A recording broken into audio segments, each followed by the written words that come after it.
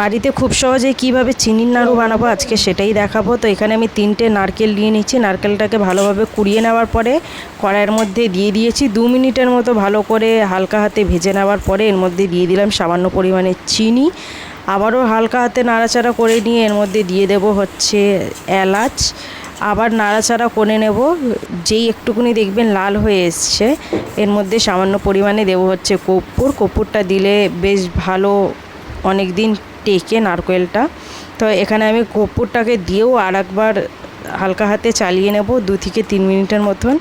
এখানে দেখতে পাচ্ছেন আমি কর্পূরই দিয়েছি। নারকেলের নাড়ুর পাক কিভাবে বুঝতে পারবেন, হাতে নিয়ে এরকম করে বেশ লাড্ডু করলেই বুঝতে পারবেন যে চিনিটা ভালোভাবে পড়েছে কি না। চিনি যদি বেশ ভালোভাবে দেওয়া হয় তাহলেই ব্যাস হাতের সাথে সাথে করে লাড্ডু করে নিন, হয়ে যাবে নারকেলের নাড়ু। দেখা হচ্ছে আর একটা নতুন ভিডিওতে।